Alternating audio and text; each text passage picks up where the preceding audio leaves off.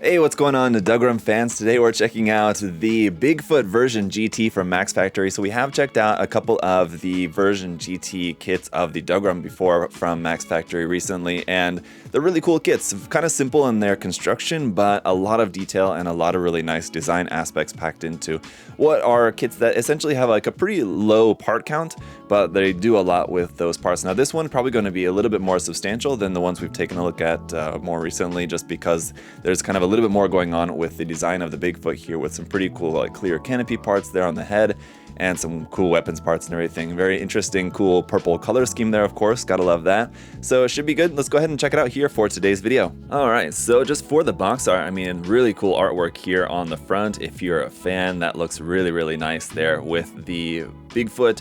They're kind of blasting, shooting some missiles over here, and you can see even the pilots inside the cockpit there. This is the Soltic HT-128 1/72nd scale. Here on the ends of the box, we just have the same logos and artwork there. Over here on this side, we have a vertical format, a little bit about the Get Truth story, it looks like here, with a couple of images there from the manga, I believe.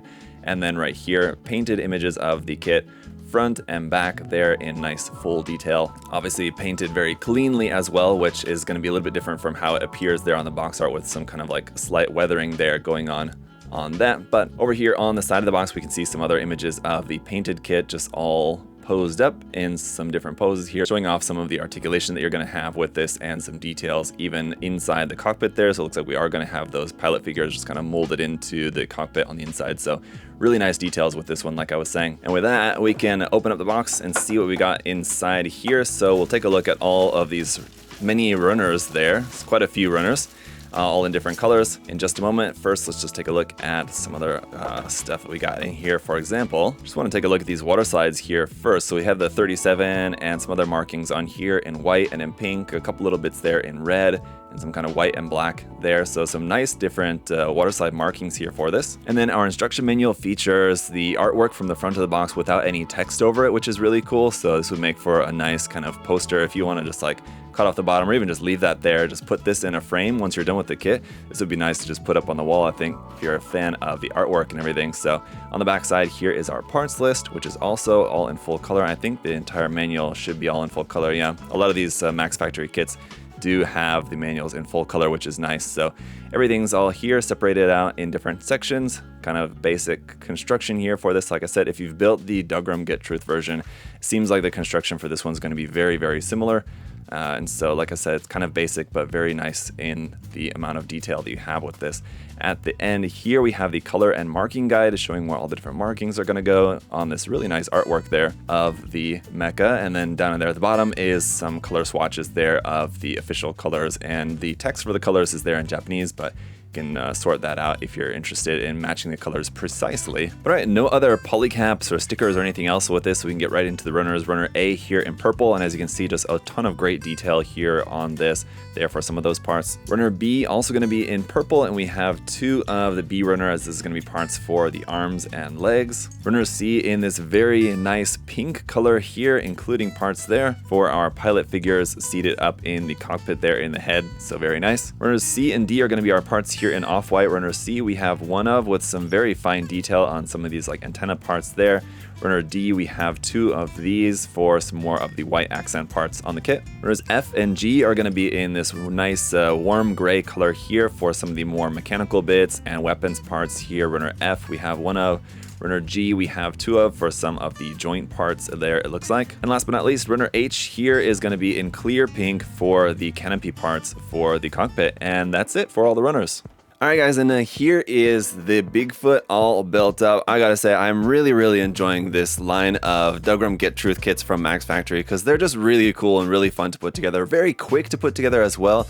All in all, to cut out all the pieces and put the kit together, it probably took just, you know, for the snap build, maybe like less than an hour, about an hour or so. So as I've been saying kind of all along with this line, very comparable to Bandai's entry grade line of model kits, just in terms of the construction and kind of what the Max Factory is able to do with this kit. Having having very few parts, but still getting like a really nice looking model kit and not necessarily sacrificing too much of the articulation or anything like that in the process. So it's really, really nice. Let's go ahead and take a closer look, starting off with some of its accessories here. We don't really have a ton of accessories here with this one, but a few nice options. So we'll just start off here on the backpack, which is its kind of main weapons platform here. On the one side, we've got this missile pod here, which can move up and down like that. On the other side, this two barrel kind of looks very much like the Gundam's bazooka, like the hyper bazooka, but it's just sort of like a double barrel cannon there kind of over the shoulder. And a third option here, which you can use on this side to replace that cannon, is like a different missile pod, just like kind of similar to this one here, but just kind of like a different style anyway there, as you can see, made up of a couple pieces there. Then going down to our hands, we've got these closed fists. We do have a third hand option, but it's a trigger finger hand, which is kind of molded in together here with the handle of this. Again, sort of very similar to the Full Armor Gundam's double beam rifle, it just kind of in theory anyway, but this has a secondary handle which will come out to the side, although we don't have a left hand which is able to actually hold on to that one though, unfortunately, which is kind of odd, but that handle does move out to the side there like that. But again, really cool design here. And then lastly, we have this blade weapon for melee combat. Was actually made up of two pieces like this, but they don't fit together just because they plug onto opposite sides of the arm here. Because the arms and legs are symmetrical, they have these hard points right there on both sides. So this actually could go onto either the left or the right side, but according to the manual, it's made to go here onto the left, so that just the two pieces connect onto the arm like that. And then you've got this melee weapon. Now, that's it for all the accessories, but I do just want to kind of come back to talking about some of these just in terms of the seam lines, because you are going to have some seam lines on these parts here, like you can see on that pink part. Same like for the missile pod up here. The front and back piece are a single piece, but then you have between like the two main halves seam line there. And then on the main body of the kit, there are going to be some seam lines here as well, but on a lot of these parts, like here on the thigh, here on the forearm, the seam is not down the middle, but it's actually down like the side, so it's not centered. But then we do also have a mold line down the middle, like you can see right there on the forearm. That's the mold line. The seam line is off to the side. Here on the front of the thigh, again, you can see there's the mold line down the front and center. The actual seam is down the side there. On the lower part of the legs, there's a front and back half as two separate side pieces, and then we have a seam line down here at the lower part right there. So there's going to be a handful of seams. The same thing like for up here on the shoulder armor, it's down the side of these two pieces there for the shoulder. There is also going to be the issue of some like hollow gaps, like here on the bottom side of the feet there, you can see it's kind of lacking in detail. They're mostly hollow. And then here on the gun as well, these kind of like ammo cartridges here are just hollow on the inside. So that's a really, really easy fix, to just take a piece of plot plate and just glue it onto there and make that solid. But there are going to be some little bits that you may want to fix. Also, like drilling out the barrels of the cannons here on the rifle and cannons up there is what I mean. So just like drilling those out just so it actually looks like a hole rather than just a little recessed detail, basically. The antennas here on the head, you are going to want to be very careful with, because they are pretty thin, little fragile parts, but those do look really nice. These kind of little either smoke launchers or little mortar cannons here, I'm not exactly sure, but up on like the top of the chest there, those look like they should move, but they don't actually move. They're just stuck in there, but they are nicely color separated like that. And then of course the head, which is probably the best looking feature in terms of just how this kit looks straight out of the box. The nice pink accent that comes through for the vent detail there, and then the clear canopy parts look really nice. Nice big canopy too, so you can actually see the two pilot characters inside there like that. And then in terms of the overall articulation, it's going to be fairly rudimentary, but it makes pretty good use of the articulation that it has. Like the elbow joint is just a single joint there. The arm is attached via a ball joint here, but the actual piece, that gray piece that it's attached to, can actually move a little bit there in that joint. So you can bring the arm up to the sides to about there, which is kind of like about 45 degrees, not even like a full 90 degrees really. Here in the stomach section, we have a ball joint, which will give you a pretty good range, just a little bit of movement here, forward and back, side to side, and rotation there at the midsection. The hip joints are kind of interesting because you have that gray piece there in the center, which pops onto the ball joint. So it's just a simple ball and socket joint there. But then you have this piece, which is a gray piece, which gives you this gray detail there at the front and the back, sort of acting as like kind of inner skirt armor pieces right there. And so that will move as you move the leg forward and back. It moves that piece along with that as well, which is kind of interesting. But then we've got some rotation there at the top of the thigh,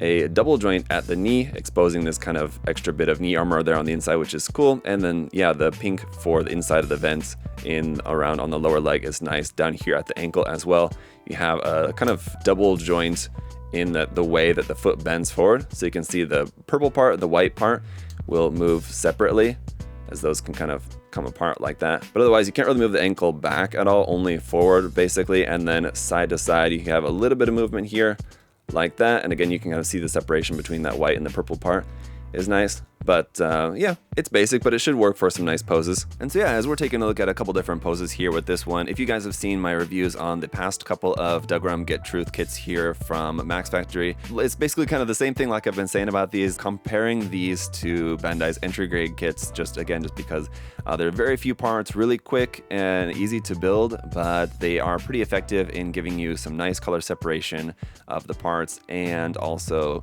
pretty good articulation. These aren't quite as nicely articulated as like Bandai's entry grade kits. Those are still pretty highly articulated for how simple they are.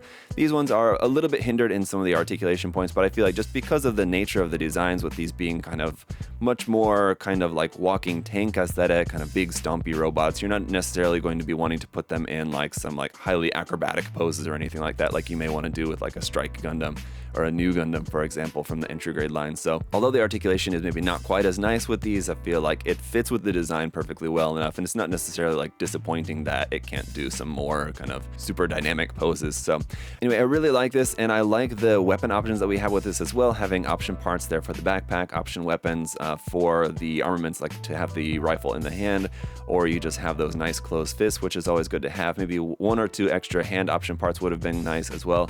Maybe for the left side, having an open hand would have been nice. Then you could kind of have it as just kind of an expressive open hand, and also make it look like it's like holding on to that secondary handle on the rifle. Something like that would have been nice. So unfortunate that that wasn't included, but overall I feel like a really nice kit in this line. Overall, I think if you're a fan of this series, or if you're a fan of this general aesthetic of big stompy mecha model kit, then I think you'll absolutely love this series from Max Factory, whether maybe like this one or you want to get the Dougram, and I think they have another one on the way coming out, but definitely check out the line. And if you guys do have any other further questions or comments about this particular kit, do feel free to let me know down in the comment section below. And if you guys want to check out some more mecha models, you can check the link in the video description to USA Gundam Store.